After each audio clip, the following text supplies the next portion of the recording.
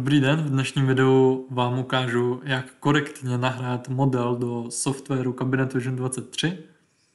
Připravíme si samotný model a textury, které budeme nahrávat na model. SketchUp vám doporučíme jako software, který je možné si stáhnout zdarma a lze v něm přeuložit modely do formátu SKP. Odkaz na SketchUp budete mít připnut někde k tomuto videu.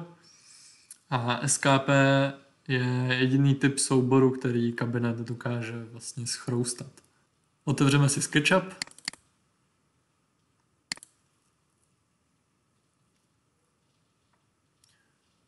Klikneme na File a Import. Vybereme si svůj model a nyní si budeme vytvářet jednotlivé objekty.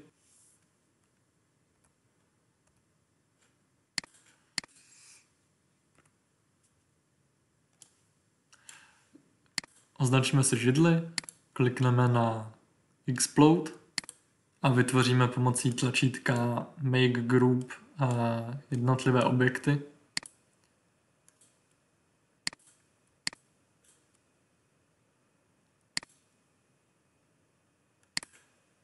Dobré je říct, že čím více má ploch model, tím hůř se nám v projektu bude otáčet a bude větší velikost souboru.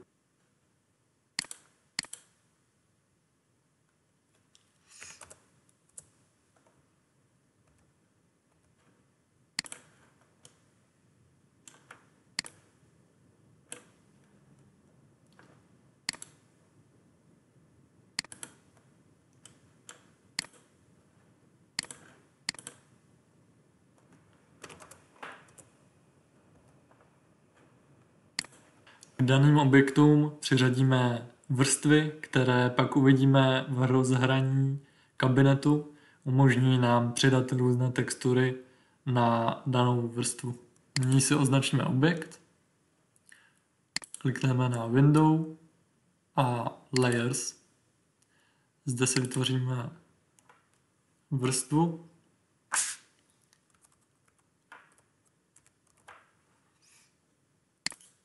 Nyní klikneme na druhý objekt.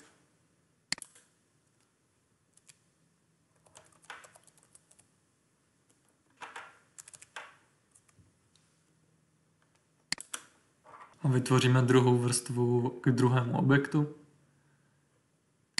Nyní klikneme na Entity Info a zde si zvolíme k danému objektu vrstvu.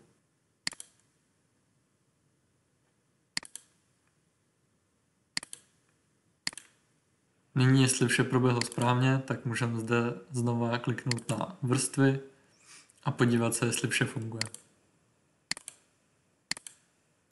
Nyní si model uložíme.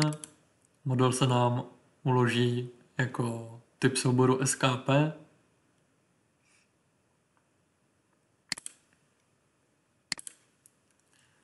Pojmenujeme si ho. A nyní se přesuneme do kabinetu.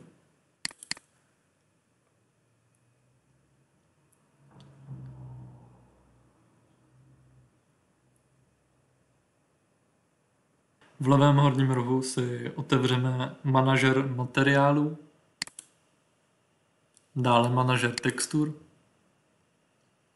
a nejlépe si uděláme podsložku v různé, kde budeme nahrávat jednotlivé textury.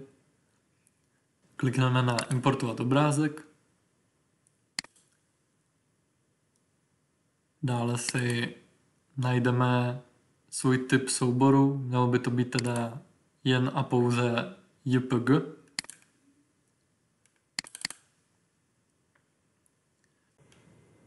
Pokud obrázek není barva, tak ho musíme pixelově upravit.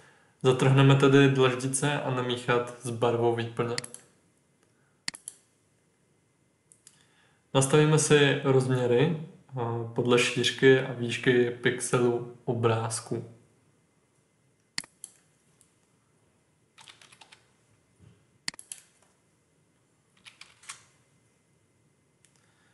Dále korektně vyplníme název a popis.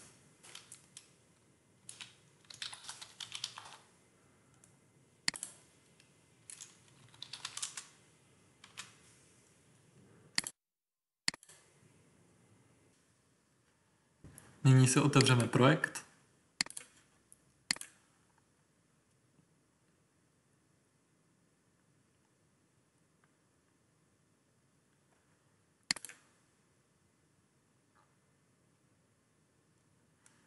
Klikneme v levém horním rohu na rozšíření a importovat SketchUp model. Vybereme si svůj model. Zde můžeme rotovat se židlí, to ovlivní následnou aplikaci do projektu a židle se nám bude zobrazovat v nulovém bodu os XYZ.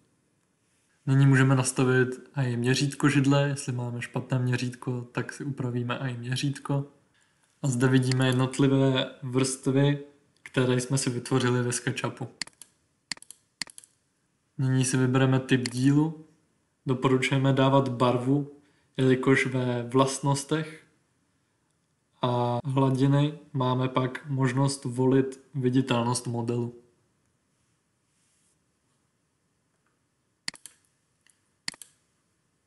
Přiřadíme i k druhé vrstvě.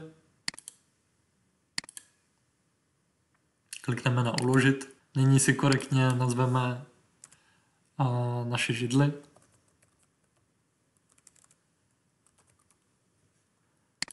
I s popisem. Zvolíme katalog, kam model uložíme, abychom pro následné používání při kreslení projektu našli na správném místě.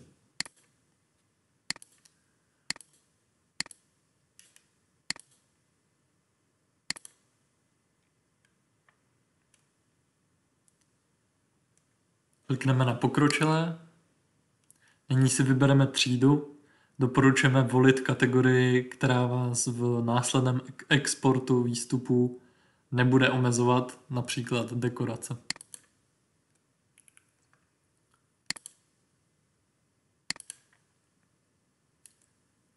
Přejdeme do umístění a zde si zvolíme, kde se židle bude zobrazovat a můžeme si také zvolit flexibilitu, jestli bude zamčená nebo bude v nějakém směru flexibilní.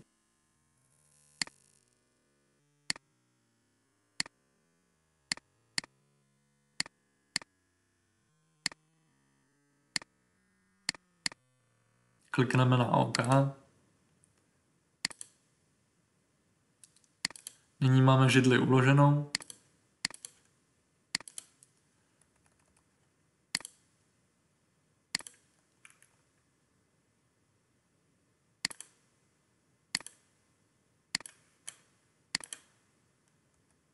A nahrajeme si na ní textury.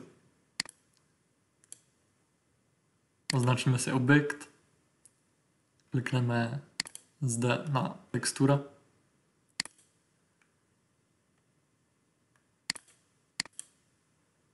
Vybereme si svoji texturu